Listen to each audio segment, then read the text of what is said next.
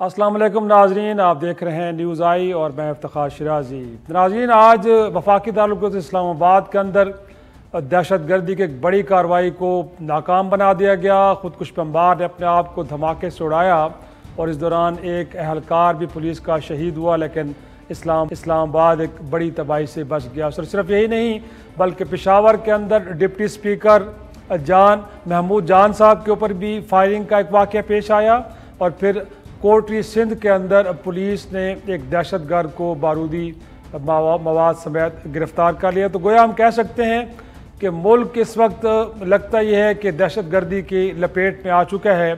लेकिन दूसरी तरफ हम देखते हैं कि पंजाब के अंदर एक सियासी रशाकशी जारी है और गुज़श्ता रात हमने देखा कि रात गए गोया कि मिडनाइट 1 बजे के करीब गवर्नर पंजाब बलीगुर रहमान साहब ने वज़ीर आला पंजाब परवेज़ इलाही साहब को उनके ओहदे से बरतरफ किया और फिर उसके बाद अपने सुबह देखा कि जब मामला अदालत में गया तो कभी समाअत होती और कभी वक्फा होता और बिलाखिर हुआ क्या कि वज़ीर आला परवेज़ इलाही साहब से एक तहरीरी एफिडेविट लिया गया। गोया कि कहा गया कि आप ये तहरीरी तौर पे यकीन दहानी कराएं कि अगर आपको बहाल किया जाता है तो आप असम्बली तहलील नहीं करेंगे, और कुछ ऐसा ही हुआ। और उसके बाद शाम 7 बजे वज़ीर आला परवेज़ इलाही साहब को बहाल कर दिया गया और इस दौरान जो गवर्नर का इक़दाम था उसको मुअत्तल किया गया है, गोया कि कलअदम करार नहीं दिया गया।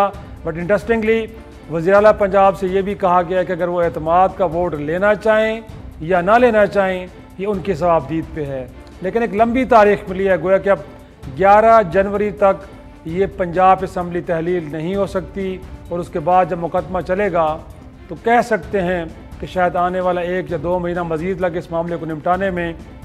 तो वो जो खान साहब कह रहे थे कि शायद 23 दिसंबर को 2 असम्बलियाँ तहलील करके हुकूमत वक्त को जो इस्लामाबाद में बैठी है एक मुश्किल में डालेंगे, लगता तो यह कि फ़िलहाल वो मुश्किल टल गई है।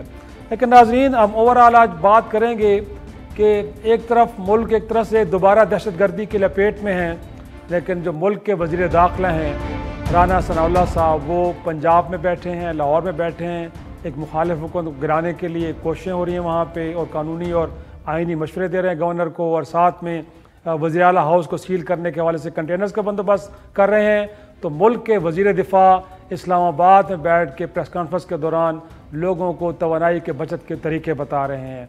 और रह गए प्राइम वज़ीर ख़ारजा, तो उनको गैर मुल्की दौरों से कोई फुर्सत नहीं है। और वज़ीर आज़म पाकिस्तान मुल्क की तारीख की सबसे बड़ी काबीना बनाकर माशी और जो दीगर मसाइल उनको हल करने की कोशिश कर रहे हैं, लेकिन कुछ सुझाई नहीं दे रहा। और हालात ये हैं कि अब जो माशी इस्तेहकाम से मुतालिक जो हमारी रेटिंग्स जारी करती हैं बैनुल-अक़वामी कंपनियाँ, एक एजेंसी जिसको स्टैंडर्ड एंड पुअर्स के नाम से जाना जाता है, उस एजेंसी ने हमारी जो रेटिंग है वो B- से अब CCC कर दी है, वो कि पाकिस्तान के माशी हालात को और अबतर से अबतर करार दिया जा रहा है। तो ऐसे में जो सियासतदानों का इस वक्त रवैया है और जिस तरह का उनका कंडक्ट है, कहीं ऐसा तो नहीं है कि हम कहीं बगदाद और फिर स्पेन की तारीख़ दोहरा रहे हैं कि हम आपस की लड़ाई लड़ रहे हैं और इस दौरान फिर अज़ीम सल्तनतें ज़मीन बोस हुई। तो खुदा न खास्ता पाकिस्तान के साथ भी कुछ ऐसा तो नहीं होने जा रहा। मेरे साथ आज शरीक गुफ्तगू हैं मुजाहिद बरेलवी साहब, किसी तारुफ के मोहताज नहीं है, सीनियर सहाफ़ी तजियाकार। उनके साथ मौजूद हैं आमिर ज़िया साहब, आप भी सीनियर सहाफ़ी हैं तजियाकार। और थोड़ी देर में हम कोशिश करेंगे कि लाहौर से भी कोई अपडेट लें और एक लीगल ओपिनियन के लिए भी किसी को हम कोशिश करेंगे किसी एक एक्सपर्ट को हम लें। सबसे पहले गुफ्तगू का आगाज़ मैं करता हूँ सर आमिर साहब मुजाहिद साहब आपकी इजाज़त से आमिर ज़िया साहब के पास चलते हैं। आज का दिन कैसा लगा सर, ये जिस तरह का कंडक्ट हमने देखा है गवर्नर साहब का, और रात गए एक नोटिफाई करते हैं कि अब वो वज़ीर आला नहीं रहे और फिर उसके बाद सारा दिन अदालतों में जो कुछ होता रहा, क्या लगता है ये सब कुछ एक बाय डिज़ाइन या उनको लगता था कि नहीं वाकई वो एतमाद खो चुके हैं और उनको वज़ीर आला के तौर पे बाकी नहीं रहना चाहिए? आप सारी सूरत हाल को आप कैसे एनालाइज करेंगे? रईस साहब, बदकिस्मती ये है कि हमारे जो सियासतदान हैं वो समझते हैं कि हम छोटी छोटी चालाकियां करेंगे और हम कोई बड़ी हिकमत अमली के तहत जो चीजें जीतनी होती हैं वो जीत सकते हैं। तो छोटी चालाकियों से आप मतलब एक आध कदम आगे तो बढ़ सकते हैं, लेकिन मजमूई तौर पर जो मैं समझता हूँ कि तो फतह ये कोई कहे जी PDM ने स्टॉल करा दिया, डिसोल्यूशन ऑफ असेंबली या पीटीआई इस बात की खुशी मनाए कि देखिए हम लोगों ने इलीगल इकदाम का कहलवा दिया और वो जो वज़ीर आज़म हैं बहाल हो गए। असल में जो शिकस्त हो रही है वो पाकिस्तान के निज़ाम को हो रही है, रियासत पाकिस्तान को हो रही है और पाकिस्तानियों को हो रही है। कि जितनी ये गैर यकीनी सूरत हाल चलेगी, जितनी झूठियों में दाल बटेगी, जितना झूठा पैगार होगा, उतना ही जो है पाकिस्तानियों को और पाकिस्तान को नुकसान हो रहा है। तो पहली तो बॉटम लाइन ये हमें समझनी चाहिए कि कोई नहीं जीता इस लड़ाई में हम सब हार गए।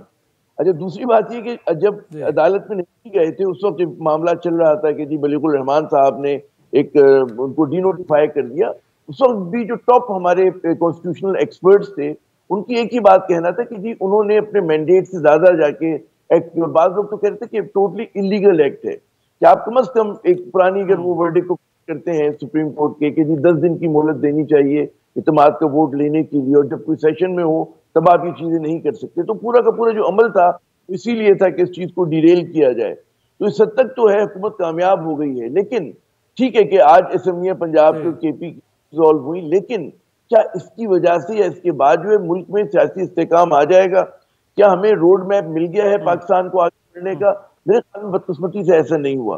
पोलिटिकल पोलराइजेशन जो है वो मजीद बढ़ी है, नफरतों में तासुब में इजाफा हो रहा है, महाजराई की सियासत बढ़ी है और हम उसी जगह पे खड़े हैं, बल्कि उससे पीछे चले गए हैं जहां पे हमें होना चाहिए था। आखिरी बात मैं कहूंगा जो एक और की बात है कि ये बात साबित हो रही है बार बार कि हमारे संस्थानों में वो बालिगुल नजरी नहीं कि अपने मामलात वो असेंबली के अंदर या असेंबली के बाहर खुद जो है वो तय कर सकें। वो बार बार अदालत के पास जाते, ठीक है। अब ये खुद जो है आप बिल्कुल सिस्टम को अंडरमाइन कर रहे हैं।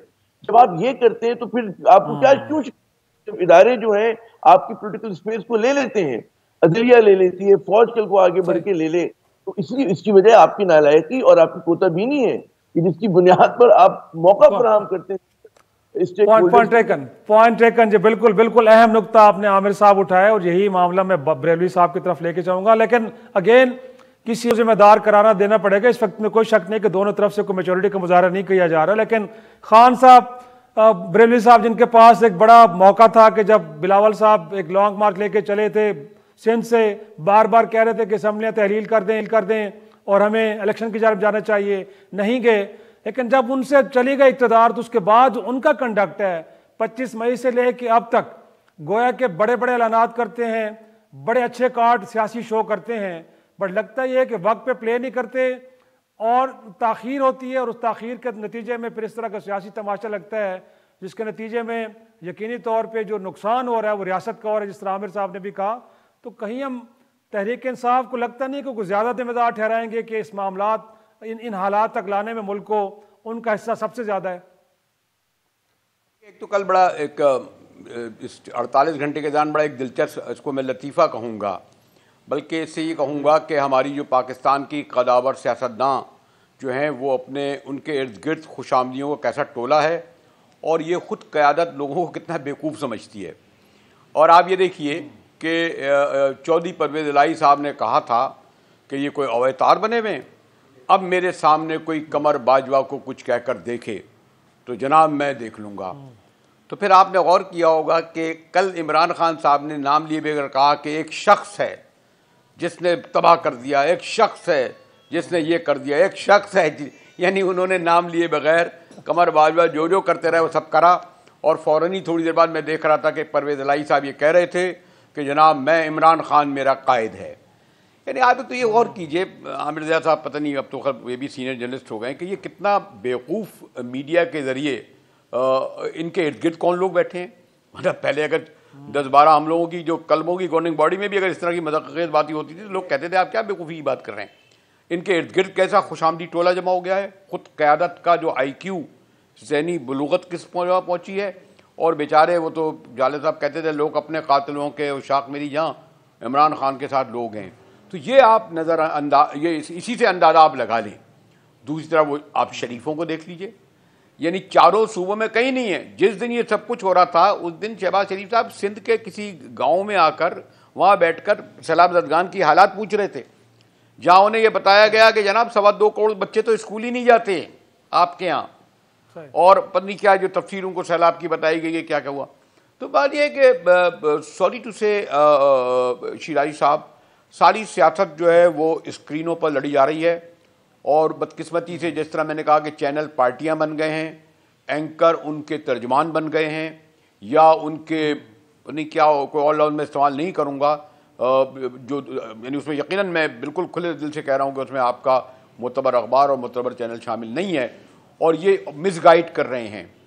और इसका नुकसान ये हो रहा है कि एक मौसूफ तो अभी अपनी जान से चले गए, वो भी अब ठीक है, शहीद सहाफ़त हो गए, शहीद सहाफ़त किसी की भी ज़िंदगी जाए, शहीदी मैं कहूँगा, लेकिन इस सब में मीडिया जिस तरह टूल बन रहा है और मीडिया के ज़रिए जो लोग बेवकूफ़ बन रहे हैं, और इन पार्टियों के इर्द गिर्द जो एक खुशामदी टोला इर्द गिर्द हो गया है, उसने पाकिस्तानी सियासत से आहिस्ता आहिस्ता मैं देख रहा हूँ कि अवाम दूर हो गए हैं। उन्हें ये फिक्र नहीं है, ये जो आप कहते हैं महंगाई, ये जो गुर्बत, ये बेरोजगारी, खुद हमारे मीडिया में क्या हाल है, बड़े बड़े 6-6 हमारे तनख्वाहें ही नहीं दे रहे। सियासतदान इतने भोले हैं, ज़्यादातर इतने भोले हैं कि वो मीडिया के एडवाइजर्स हों या कुछ और खुशामदी उनके मशवरों के ऊपर ये सब कुछ करते हैं। नहीं, ये एंकर और हम लोग ये भोल, हम अपने मफादात के तहत, ये हम अपने मफादात के लिए कर रहे हैं। ये आपकी बिरादरी के एंकर ये अपने मफादात के लिए कर रहे हैं। ऐसे लोग जिनको कोई पड़ोसी नहीं जानते थे, वो अब खास साहब के साथ बैठे होते हैं, उन्हें वो हो रहा होता है। ऐसे अब छोड़िए ना, मैं उसमें तफसील में नहीं जाऊंगा क्योंकि अपनी बिरादरी का मामला है, अपने गिरबानों में कम झांकते हैं जी। सही, लेकिन इनफैक्ट मैं आमिर साहब आपकी तरफ आऊँगा। आज के जो अदालती फैसले को आप कैसे देखें, अगर मैं इसको इंटरप्रेट करूँ कि एक तो आज जो तहरीरी तौर पे उन्होंने अपनी एक एफिडेविट जमा करा दी है परवेज़ इलाही साहब ने, तो उन्होंने अगरचे उन्होंने एक असम्बली का इजलास बुला के करारदाद भी मंजूर हुई गवर्नर के ख़िलाफ़, बट लगता तो ये है कि उन्होंने लेजिटिमाइज़ कर दिया है जो गवर्नर का इकदाम था उनको बरतरफ करने का, उसको उन्होंने दुरुस्त तस्लीम कर लिया है। फिर अदालत ने भी जो फैसला दिया, क्योंकि आप आगे पब्लिक डोमेन में फैसले को मुअत्तल किया है, गोया के कलअदम करार नहीं दिया, लेकिन साथ में वज़ीर आला से ये भी कह दिया गया है कि जो बोन ऑफ कंटेंशन थी, गोया कि आपने एतमाद का वोट लेना था, वो आपकी सवाबदीद है, अगर आप लेना चाहते तो ले लें, नहीं लेना चाहते तो ना लें। आप किस तरह देखते हैं इस फैसले को सर? अच्छा, इसमें तो बेहतर शिराजी साहब कोई आईनी और कानूनी एक्सपर्ट जो है वो ज्यादा अच्छा कमेंट करेगा। अब हम लोग तो लेमैन सहाफी जो होता है हर चीज का बेचारा एक्सपर्ट होता है, या एक कहते हैं ना कि छोटा मोटा जान। मैं ये कहूंगा कि इसके अंदर एक तो बात एक राय सामने ये आ रही है कि गालिबन अदालत को चीफ मिनिस्टर को डिक्टेट नहीं करना चाहिए, उसकी स्वाबदीद है कब वो जो है असेंबली जो है वो सॉल्व करता है नहीं करता असूली तौर पे। और उसमें ये बात जो है कि जी बियॉन्ड हिज मैंडेट गए थे गवर्नर पंजाब, ये बात भी सबकी समझ में है, लेकिन क्योंकि भी केस चल रहा है और जाहिर है कि इन्होंने एक पूरी फैसला आया है सामने की, वो फैसला मुअत्तल हुआ है, तो अब उसके बारे में ज्यादा मेरे ख्याल में कहना जो होगा मुनासिब नहीं होगा। लेकिन मैं ये समझता हूँ कि ये जो राय है कि जी अब कि आपका जो पोलिटिकल मैटर्स हैं वो असेंबलियों में, असेंबली से बाहर सियासतदानों को तय करने चाहिए। अदालत ने मेरे ख्याल में एक बैलेंसिंग एक्ट किया है, उन्होंने इस वक्त ये नहीं किया कि किसी एक कह दिया कि वो ढोल बजाता हुआ निकले, उन्होंने दोनों को फरीकों को ये मौका दिया कि दोनों ही ढोल, ठीक है ना, कि पीटीआई इस बात पे खुश है कि जी उनका चीफ बहाल हो गया, और जो है पीडीएम इस बात पे खुश है कि जी हमने रोक दिया है। लेकिन फिर मैं कहूंगा जो हमारे और आपके लिए फिक्र की बात होनी चाहिए वो ये कि पाकिस्तान का जो सियासी बुरहान है वो वैसे जारी और सारी है, और उसके खत्म होने का कोई मतलब है हमें रास्ता समझ में नहीं आ रहा। और जो इतनी इस वक्त इन लोगों में खलीज हायल हो चुकी है, मैं नहीं समझता कि कोई ऐसी पॉइंट ऑफ कंटेंशन है कि जहां पर ये बैठ के बात कर सके और खुद मसले को हल करें। फिर हमें ये सवाल करना चाहिए कि कौन ऐसे मुल्क में कि जो इस मसले को हल करा सकती है, और वो कब मैदान अमल में आएगी, तो उसको आना चाहिए या नहीं आना चाहिए। अगर नहीं आती तो क्या हालत होगी मुल्क की, और अगर आ जाती है तो क्या हालत। और उसको आप समझ गए होंगे, मेरा इशारा है कि भाई आपकी जो मिलिट्री स्टैब्लिशमेंट है, माजी में भी जब कोर्ट फंस जाती है और सियासत बंद जाती तो कोई ना कोई किरदार, एक मजबूत किरदार अदा करते हैं। तो मैं इंटरवेंशन की बात नहीं मैं नहीं कर रहा, समझिएगा। मेरा कहना है कि जिस तरह की बात आप कर रहे हैं, सहूलतकारी कोविड के दिनों में मदद की, सैलाब के दिनों में मदद की, एफएटीएफ में मदद की, तो इस बंद गली से निकालने में भी फौज मदद करे और एक रोड मैप दे। रोड मैप जनाब कैसे आगे बढ़ना है, क्योंकि पाकिस्तान में अगर इसी तरह का अदम इस्तेकाम रहा तो वो अनसस्टेनेबल है हमारे लिए। हमारी मईशत घुटनियों नहीं है बल्कि लेट चुकी है। और वाकई जितना एक भयानक एक हमारे सामने एक बुरहान आ रहा है, जो कि लोग कहते हैं कि तारीख में इतना बड़ा सियासी और माशी बुरहान पाकिस्तान ने नहीं देखा। और फिर होता है कि इंतखाबात हो भी जाए, नहीं हुकूमत आ भी जाए, तो पता चला इतनी देर हो जाए कि हम कुछ समझे चीजें संभले ना। और हम जो है बैरूनी ताकतों के रहमो करम पर कि वो जो हमें डिक्टेशन दे हमें उसके ऊपर अमल करना पड़े, हमें उस वक्त से डरना चाहिए। जी यकीनन यकीनन यकीनन यही जो हालात तकाज़े से करते हैं कि सियासी अफ़ाम व तफ़हीम के साथ मामलात को सुलझाने की कोशिश खुद सियासतदान करें तो बेहतर होगा। आज जो high court, Lahore high court का फैसला आया है, गोया कि गवर्नर का जो हुक्म है उसको मुअत्तल किया गया है, ख़त्म नहीं किया गया, लेकिन इस दौरान परवेज़ इलाही साहब अपनी पूरी काबीना के समेत बहाल हो गए हैं। रह गया मामला जो उनके खिलाफ एतमाद का वोट लेने का, तो वो भी चीफ मिनिस्टर की सवाबदीद पे छोड़ दिया गया है। तो हम क्या समझे इससे कि अदालत ने अब सियासतदानों को एक वक्त दिया है कि वो अपने मामलात को बेहतर कर लें, हल कर लें, या सारे मामलात अदालत ने अपने हाथ में ले लिए हैं? क्या कहेंगे सर? सर, मैं समझता हूँ ये अदालत के लिए भी और आइन के लिए शर्मिंदगी का बायस है। ये मेरे कमेंट्स हैं, बेशक आप इसका जिम्मेवारी ओन न करें। मैं बतौर एक तालिब इल्म, आइन में वाज़ेह तौर पर आर्टिकल 130 और सब आर्टिकल 7 में जो कुछ मंदरजात हैं उसमें कोई इफ एंड बट्स नहीं है। उसमें तो हाई कोर्ट का जुरिस्डिक्शन ही नहीं बनता है। हाई कोर्ट का आर्टिकल 199 के साथ जुरिस्डिक्शन उस वक्त बनता है जब कोई इलीगल काम किया गया हो, अनकॉन्स्टिट्यूशनल काम किया गया हो, फेडरेशन की तरफ से या किसी प्रोविंशियल अथॉरिटी की तरफ से। मैं समझता हूँ इसको कागज़ लेना ही गैर आईनी है, आइन से वफादारी के खिलाफ है। ये एक मसालती अदालत का फैसला हो सकता है, हाई कोर्ट का फैसला नहीं है। और ये मसालती फैसले पहले भी होते रहे, अंग्रेज के वक्त में सरदार और नवाब करते थे, मगर हमारे पाकिस्तान की अदालतों ने 2 फैसलों के जरिए इस जिरगा सिस्टम को, मसालती अदालतों को खत्म किया। एक शरफ फरीदी का केस है, सुप्रीम कोर्ट ने उसको अपहोल्ड किया, जिसमें उन्होंने कहा था कि एग्जीक्यूटिव को जुडिशरी से अलग होना चाहिए।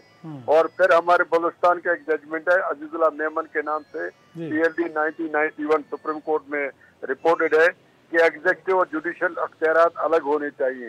इसका मतलब है कि जुडिशरी को इंडिपेंडेंट होना चाहिए। फिर चौधरी इफ्तिखार साहब का जजमेंट है कि टकाटोमी ऑफ पावर होना चाहिए। यानी 3 इदारे हैं, एक मुकन्ना है, एक अदलिया है, एक इंतजामी है। हर एक को अपना काम करना चाहिए। ये अदालत का काम नहीं है कि मसालत करे, किसी को कहे तुम जाकर वोट ऑफ कॉन्फिडेंस दो, किसी को कहे कि इसको हम मुअत्तल कर देते हैं। ये शाही फरमान है। इससे पहले सुप्रीम कोर्ट ने एक शाही फरमान जारी किया जिसने कहा कि जो वोट देगा तो उसका वोट शुमार नहीं होगा, जो आइन में नहीं है। बदकिस्मती ये है कि जब हम ऐसे फैसले करेंगे तो फिर मार्शल लॉ को हम दावत देते हैं। फिर मैं जुडिशियल मार्शल लॉ से फौजी मार्शल लॉ को बेहतर समझता हूँ। वो बूट और बंदूक के जरिए से आते हैं, वो डिलीवर भी करते हैं। और आप ये तो मार्शल लॉ है, ये तो डिक्टेटरशिप है अदलिया की। मैं समझता हूँ गैर आईनी इकदाम है और ये फैसला बिल्कुल ही अदलिया का इंसाफ पर मबनी नहीं है। और आपके ख्याल में जब, क्योंकि अब 11 जनवरी की तारीख दी गई है, तो फिर जो एक तहरीक इंसाफ का था कि शायद वो इसी महीने में असम्बलियाँ तहलील करना चाह रहे थे, अब आपको लगता है कि मामला तवालत इख्तियार कर जाएगा और अगले 1-2 माह में जाके कहीं ये निपटेगा? सर, मैं तो शुरू से तहरीक इंसाफ को सीरियस नहीं समझता हूँ, माजरत के साथ। वो एक अलग डिबेट है सर, वो एक अलग डिबेट है। हम सिर्फ अभी तक कानूनी मामले के ऊपर बात। हाँ, कानूनी मामले में उसका कोई रोल नहीं आता, क्योंकि उस पहले से तोड़ना ही नहीं चाहते थे। वो ना असेंबलियों के इस्तीफे देने में संजीदा हैं, ना वो असेंबली तोड़ने में संजीदा हैं। ना चौधरी परवेज इलाही साहब खुद तोड़ना चाहते हैं। उन्होंने टीवी पे कहा क्लियरली कि 99% लोग जो है नहीं चाहते हैं कि हम असेंबली तोड़े। तो आप असेंबली को कैसे तरीके से तोड़ सकता है? वो सिर्फ लोगों को बेवकूफ़ बना रहे हैं अपने अपने तरीके से। मुनासिब अमानुल्लाह खान रईस साहब, बहुत शुक्रिया आपका, आपकी लीगल ओपिनियन के लिए। बरेलवी साहब, ये नुक्ता आपकी तरफ भी लेके आऊँगा, लेकिन साथ में जो गवर्नर साहब का कंडक्ट है, अगर उसके ऊपर अब बड़ी एक तरह से आज सुबह असम्बली के अंदर भी करारदाद आई। फवाद चौधरी साहब भी कह रहे हैं कि सदर को ख़त भी लिखेंगे शायद, जिसमें कहा जाएगा कि उनके खिलाफ कार्रवाई की जाए।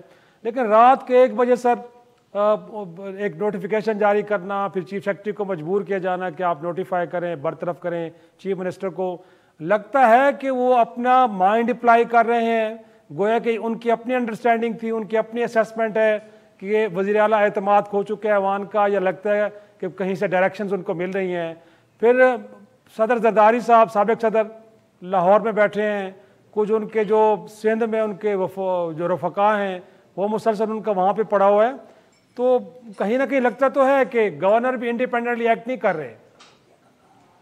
देखिए पहले एक ज़माने में सियासत वाज़ेह होती थी। जो पीर पगारा वगैरह थे ना, ये पीएनए वाले, बड़ा दो टोक कहते थे हम फ़ौज के आदमी हैं, हम जीएचक्यू के आदमी हैं, हम इदारों एजेंसियों से लाइन लेते हैं।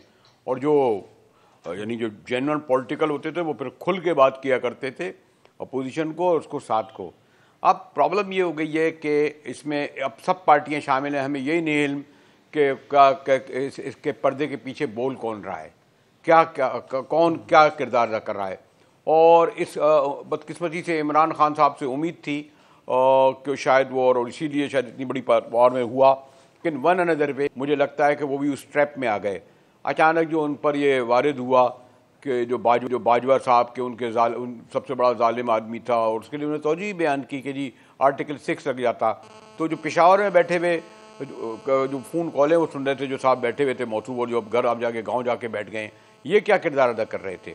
मैं देखिए इसमें मुझे बदतमीजी में जो आपसे कह रहा हूँ ना कि हमारे इदारे कभी पहले जो है ना पीटीवी होता था, वो आखिरी सरकारी होता था, और जो अपोजिशन होती थी वो पीटीवी में नहीं आती थी। पहले पार्टियां होती थी, अब पार्टियां लिमिटेड कंपनियां हैं। हमें नहीं इल्म है कि इनके फैसले कहाँ से आते हैं, हमें नहीं इल्म, और एक शख्स बोल रहा होता है और पार्टी का कायद है, परवेज़ इलाही हो, इमरान खान हो, शरीफ हो, जरदारी हो। इससे बदकिस्मत वक्त नहीं आ सकता। और यही ऐसे ही कौन एंकर दावा कर सकता है, मैं भी नहीं जिसमें शामिल, जो 30 साल से लगा रहा हूँ जी, मेरी अपनी राय है। जो मालिकान कहते हैं शिराजी साहब, वो होता है स्क्रीन पे हम दिखाते हैं। हमें एक कॉल आती है, वरना हमारी आवाज़ गायब हो जाती है, स्टार चलने लगते हैं। छोड़ें आप ये वाली बात को। तो ये इससे बड़ा अलमिया नहीं हो सकता कि इस वक्त हमारे इदारे, जो मोतबर इदारे, हमारे जो पब्लिक के इदारे, हमारी सियासी पार्टियाँ, अब आम आदमी जो कुचल रहा है या फिसल रहा है। तो मुझे तो ये नहीं हो रहा कि जो आप जो अमानुल्लाह करज़ई साहब कहते हैं जी मैं संजीदगी से तहरीक इंसाफ को लेते ही नहीं सियासी पार्टी।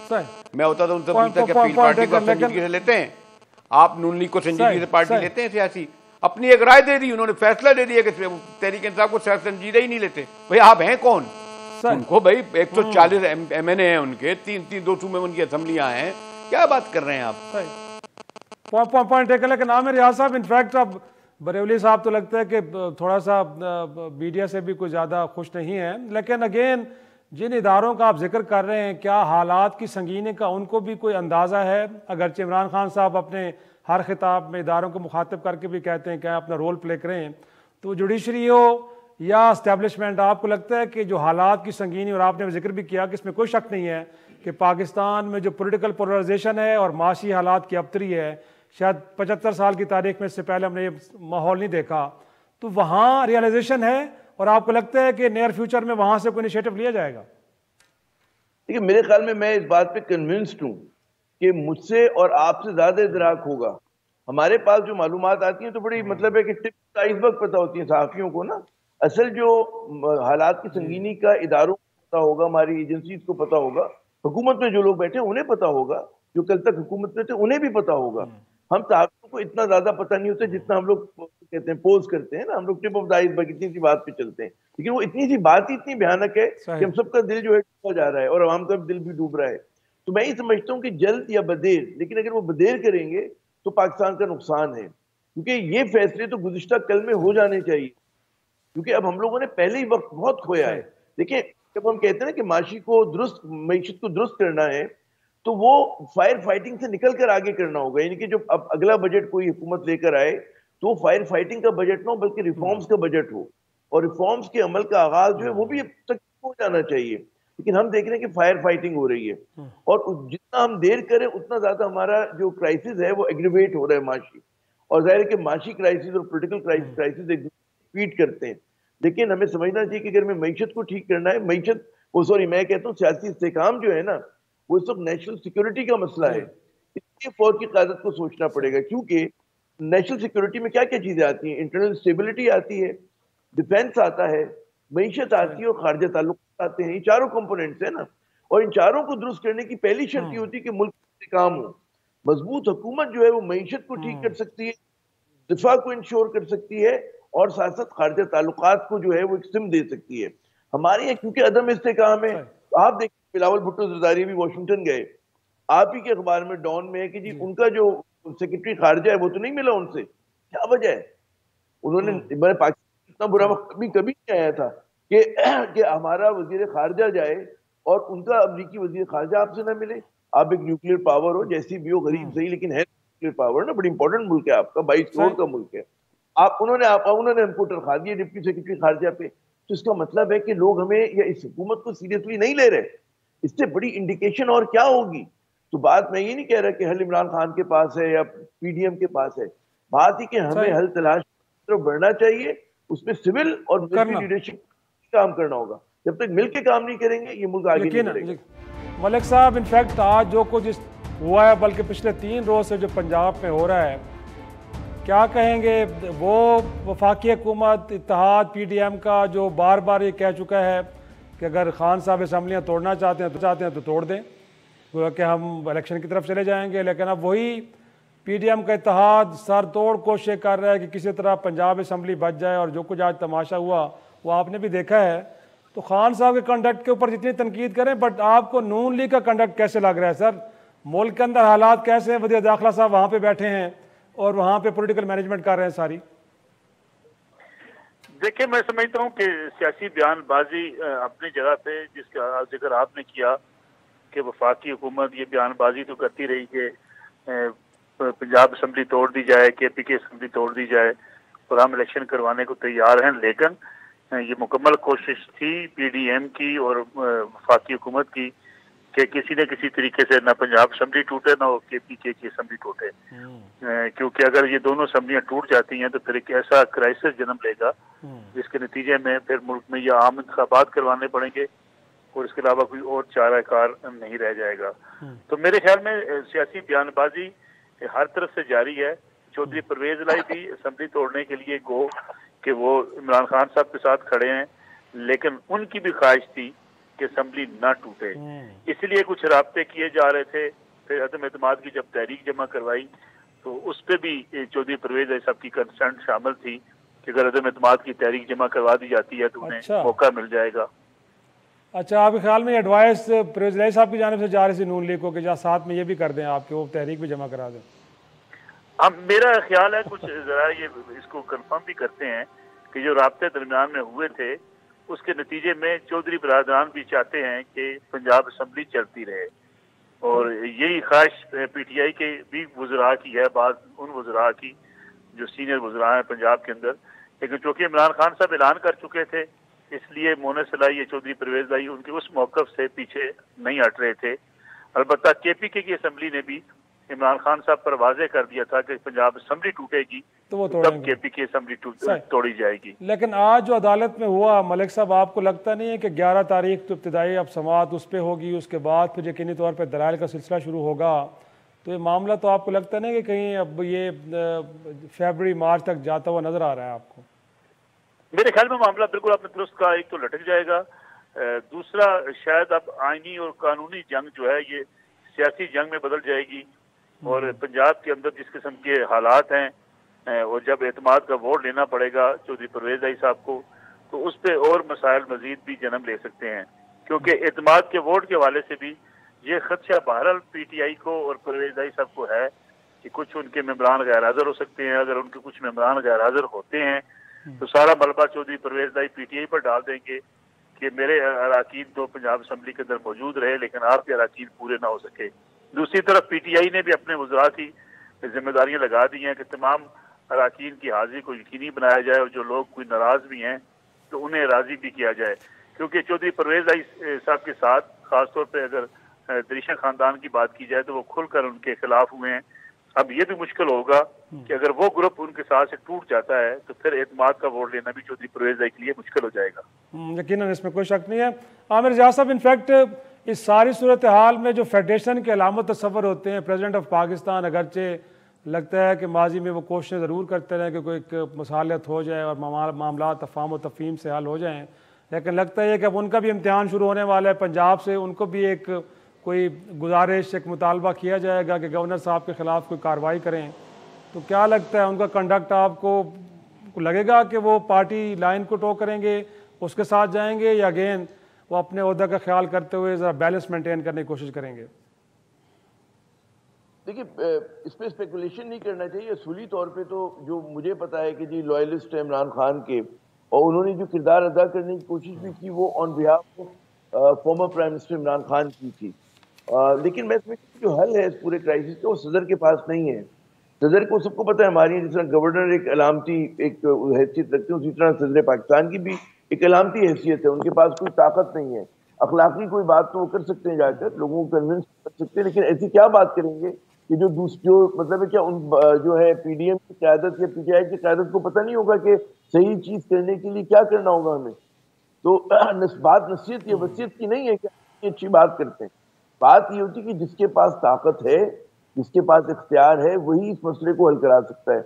वो इस पोजीशन में होगा कि वो कह सके कि जनाब ये हल है, और उसमें हम ये नहीं कह रहे कि जो पीडीएम की पूरी बात मान रहे हैं, पीटीआई को हम कह रहे हैं कि आपकी बात मान रहे हैं, हम भी एक बीच की मुतबादिल तजवीज दे रहे हैं कि इस पर अमल करके आप दोनों को सुकून आना चाहिए और उसके बाद हम मुल्क को आगे लेके जाएं।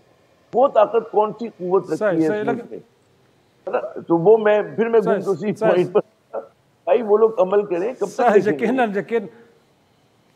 उस ताकत के मेरे ख्याल में सियासतदानों को पिछले 70 वर्षों से बड़ी आदत भी पड़ी हुई है। सारी सूरत हाल में जो पॉलिटिकल एडवांटेज किस जमात ने लिया, आपके ख्याल में तहरीक इंसाफ को फ़ायदा हुआ है या फिर नून लीग इस सारे मामले में उनका ग्राफ ऊपर गया?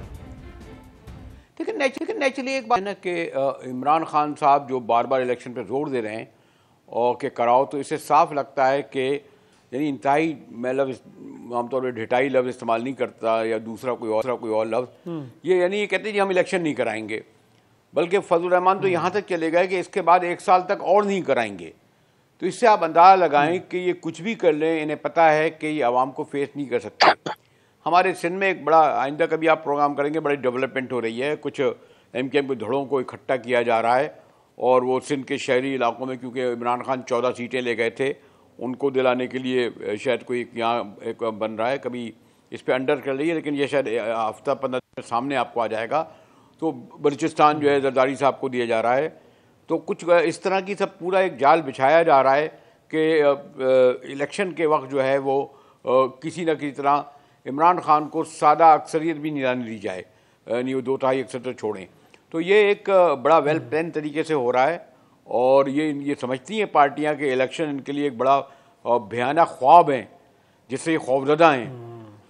ये क्या लेके जाएंगे इस वक्त क्या 6 माह बाद भी नहीं ले जाएंगे। ये अगर ये टाइम गेन करके समझ रहे हैं ना, क्योंकि जो महंगाई जिस तरह बढ़ रही है, जो और मसाइल जो बढ़ रहे हैं, ये फेस नहीं कर सकते। इमरान खान अब लूज़र नहीं है।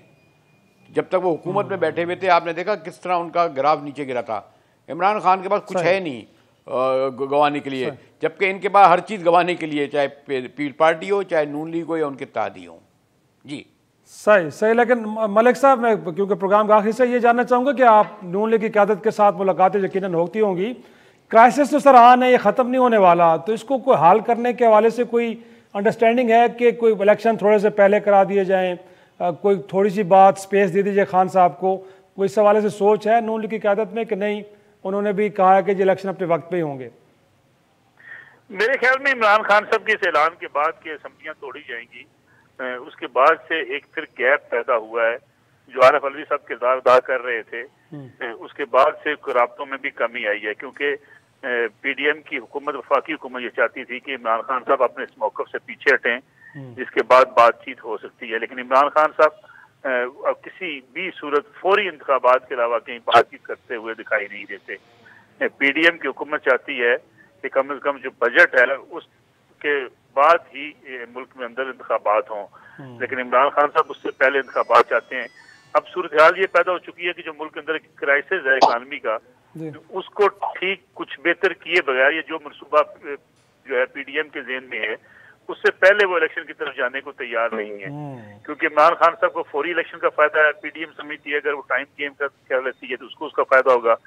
तो इस सूरत हाल में दोनों जमातें जो है वो एक दूसरे के साथ बैठ के किसी फैसला करने की पोजीशन में नहीं है। और फिर मुल्क के अंदर जो मुक़्तदर कुव्वतें हैं वो भी ये समझती हैं कि मुल्क जिन हालात का शिकार है, इन हालात में फौरी इंतखाबात शायद मसाइल का हल ना हो, और अगर बजट पेश हो जाता है उसके बाद इंतखाबात होते हैं तो शायद मईशत को कुछ सहारा मिल सके। मुनासिब। लेकिन लास्टली क्विकली हम चाहेंगे आमिर रियाज साहब, ये जो खान साहब, अगर जब बरेली साहब कह रहे हैं कि खान साहब के पास तो लुटाने के लिए कुछ नहीं, लेकिन अगर देखा जाए अमलन तो उनके पास 70% पाकिस्तान की हुकूमत है सर, तो वो जो मजलूमियत का एक नैरेटिव लेके चल रहे हैं वो ये ज़्यादा देर तक बिकने वाला है आपके ख्याल में?